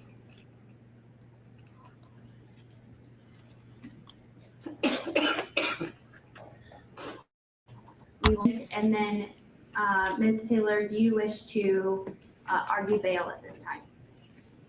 Your Honor, I would like to ask the court to consider, Mr. Kohberger right now is on a no bond hold, but it's a limited request as I don't have enough information. We are usually viewed very much in the way of information about the case, and we have just begun our own work on the case. But we would want the court to know that Mr. a good family that stands up. And Mr. Thompson? The state's position is that Mr. Kohberger is not entitled to bond in this case. The charges, as is noted on the arrest warrant itself.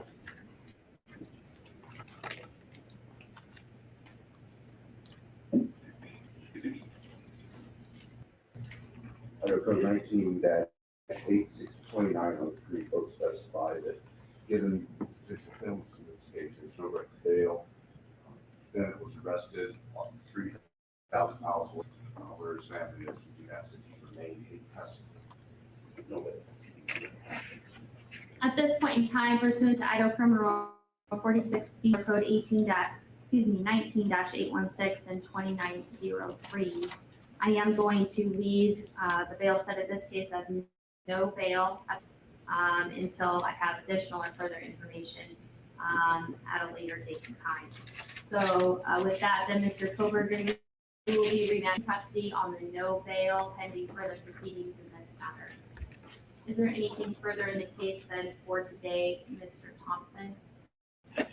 The state is asking for no contact orders for various family members of deceased and also for surviving roommates. They were indicated there's no objection. And Taylor, is that correct? That is correct. So go ahead and issue those no contact orders. So I do have a no contact order then for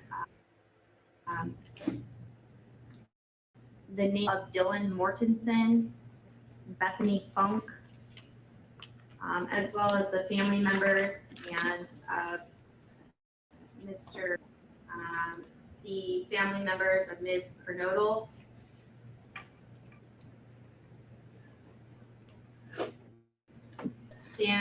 Excuse me. Yes, Mr. and Ms. Laramie,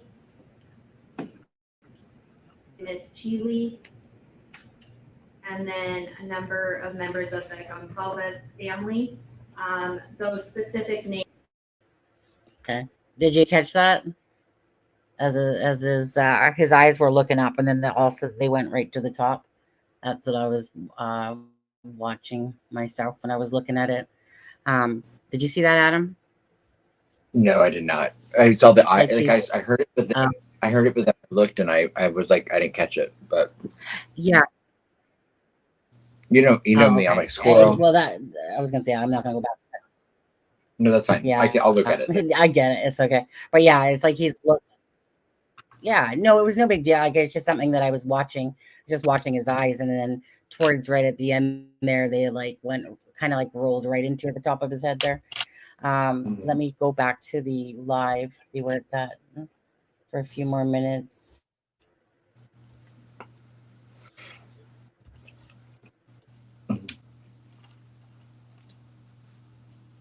That's pretty much the next.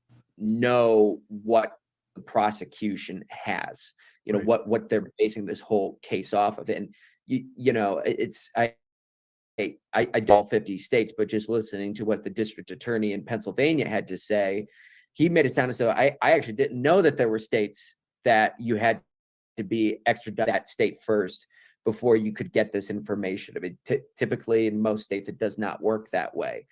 So, I mean, I think that there's that as well is that Idaho is slightly atypical when it comes to that process. Let's go really quickly. Let's remind our audience on this story if you want to read as we continue to process this document and the very latest developments. You can read it right now by clicking on the link in the description on this video. Comment as well. It's on WFLA.com, the WFLA app. And of course, be sure to check out Robert's reporting on News Nation as well, doing an outstanding job. Him, Nancy Liu, Brian Enton, of course, been on this story from its very first few days.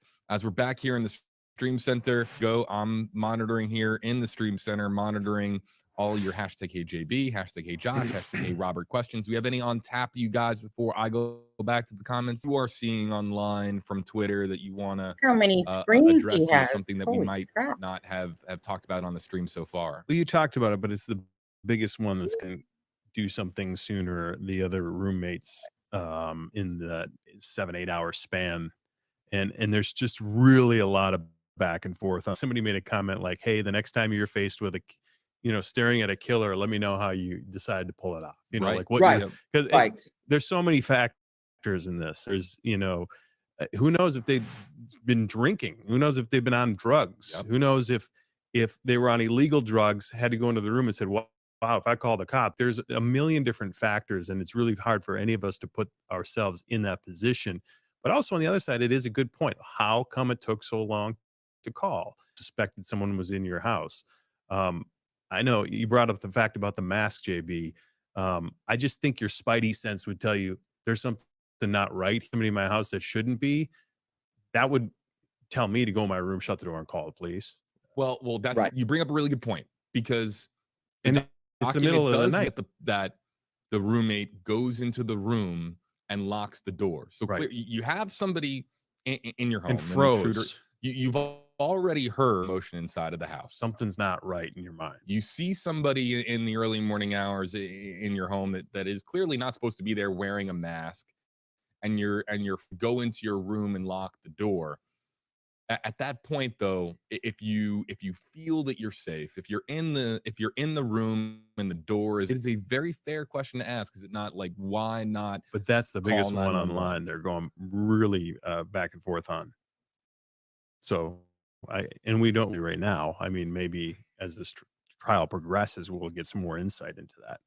This is And to emphasize, it's not an unfair question. No, I don't think is so either. a question, but I mean, as some have pointed out here, I mean, how would you react in that kind of a situation? I don't know how I would. Right. That's difficult to stomach. And I know we covered it. I just wanted to bring it up again because you asked for questions. This is exactly what I'm just going to pause it, because I mean, it's live anyway. This is exactly what I was saying earlier. Exactly. Is that this does not make sense to me whatsoever. And he actually, Adam, added the word too. Right. She said, and she froze. So it just doesn't even equate in the head that you see someone with a mask, a ski mask on, that it was enough to make her lock the door and then freeze and doesn't call the police or anything. Like, that doesn't even make sense. Like, do you know what I mean? That's just an absurd thing to happen. Yeah, it doesn't make sense for sure, but I'm you sure we'll find out. See someone in your home. Yeah. Right, Melissa. That's what we were talking about earlier as we were reading it. It just didn't make sense to me when we came back to that, because no matter how you shake or bake it or whatever, it's just if you're scared enough to lock the door and freeze, and how do you even go to sleep after that? She thought she heard crying from Kernodle's room. Yeah. She thought she heard a few things about I'll help you, or I'm here to help you, or whatever. It's just crazy in the head to think that it wasn't until 12 o'clock the next day that someone from one of the roommates' phone made a phone call to 911. Yeah. Yeah. I get it, but I mean, it just doesn't make sense. Even the most, you know, like, I don't know, doesn't make sense. That's just, Right. I mean, I can understand freezing, but then your common sense comes back to you, and you're like you think that she would have gone checked at that point or something. That doesn't make sense. But anyways, we'll continue watching just a little Yeah. bit more. Suicide best put on is getting justice here is the most important thing. And you do look at, the whole speculation was that unqualified, these guys are way underwater here. But I think that one viewer is absolutely right, that they do deserve credit, because you look at that, they had this fairly dead to rights from the beginning, in terms of following the car and everything like that. Now, I will emphasize this, though. It's easy for people to look at an affidavit and say that it's a slam dunk or anything like this. Mm-hmm. And people are going to get Bryan Kohberger is still innocent until proven guilty. Mm-hmm. There is still a process to be gone through. They're still seeking a conviction, which they don't have. So that's why I think that you're still seeing all of this done so meticulously to not make any mistakes. And then on that point, the police have to continue to stay meticulous, and that could jeopardize the case, Right. whether that's with internally or externally, from dealing with people who are online trying to find every little detail involved in this case. We've heard it before. Once he gets to Idaho, which he is, that's when the true case begins. Right. Absolutely. Absolutely. Let's bring up this comment screen for a while out of our YouTube live comment section. Miranda at Hey JB, why would he have left her alive if he walked right past her? If she was on she would have seen Ethan and Xana. Why did she not call police? This is a question that is coming up quite a bit, and just again, they're similar questions. We're seeing a pattern in our comment section. Rose asking for hashtags for Josh and I. How is it possible that they walk past Dylan and didn't witness? If she knew someone was in the home, why did she wait so long to call police? This is going to be a really significant as we learn more. Robert, again, I want to shout out Paige, the producer at News Nation, because when she was reading through the doc, okay, the major thing that we are reading here is that the suspect in the case encountered one of the surviving roommates at the crime scene themselves. And so that is the massive, we were wondering off stream, and I was talking to some friends and colleagues about whether there was going to be this massive reveal. This is to me, and you guys can correct me if you guys agree or disagree.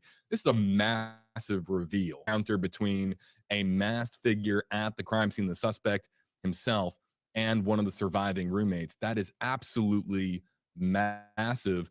I can't believe that we have gotten up until this point. We've been live now for about an hour and a half. We haven't talked about this yet. I was expecting sections in this document. Yeah, I was too. And the fact that we have 18 pages of evidence with minimal redactions, and police are basically, this is what we got.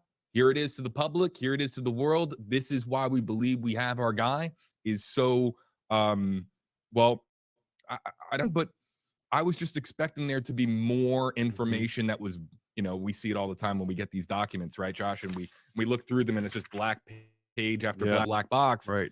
There were minimal redactions, but the big reveal in this, to our commenters' points, is that the suspect was seen inside of the house and walked right past the roommate that morning of November 13th. And I'd like to touch on that, because what we haven't from friends of the victim specifically that make a tie to the suspect at this time. At least I haven't, and I don't think anybody else has. Yeah, he was dating one of the roommates, or yeah, he was friends with one of the roommates. There is no motive at this point that we know of, and that's one of the big three questions. Obviously, where's the murder, and how is he linked to the victims?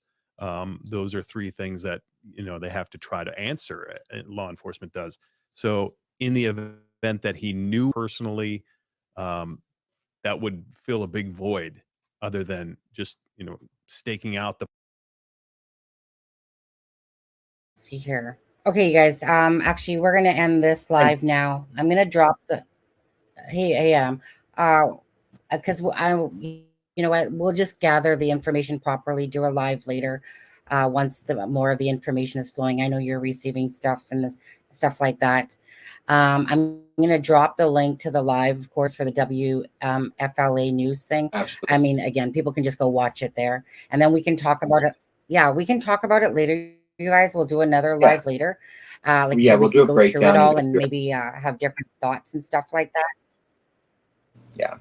Don't forget, 20 years old, 4 a.m. and had been drinking. I know. Yeah, I know. It's just so absurd to read it. And oh, I know. It's yeah, I mean, obviously something happened there.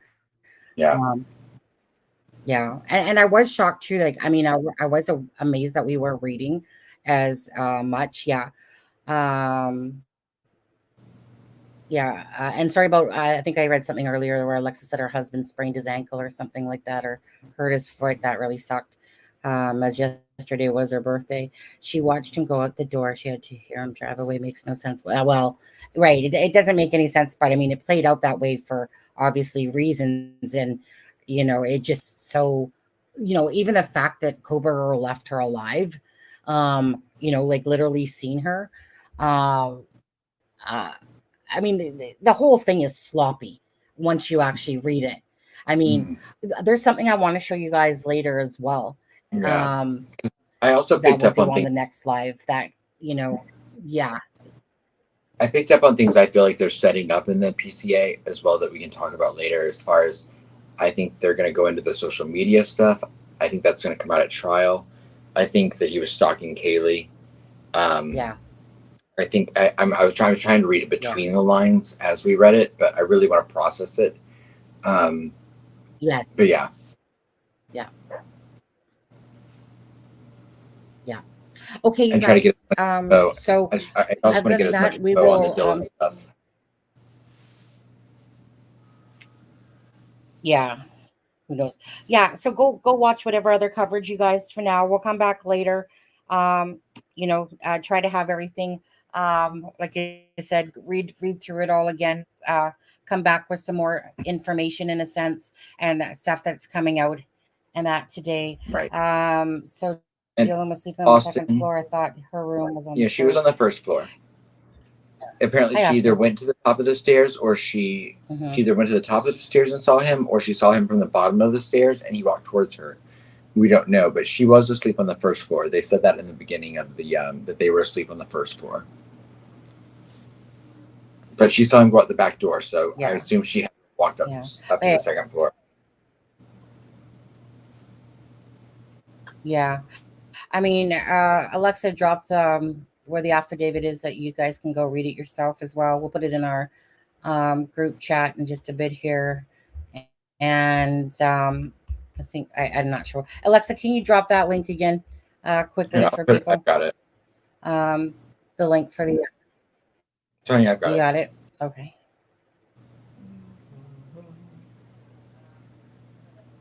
Okay.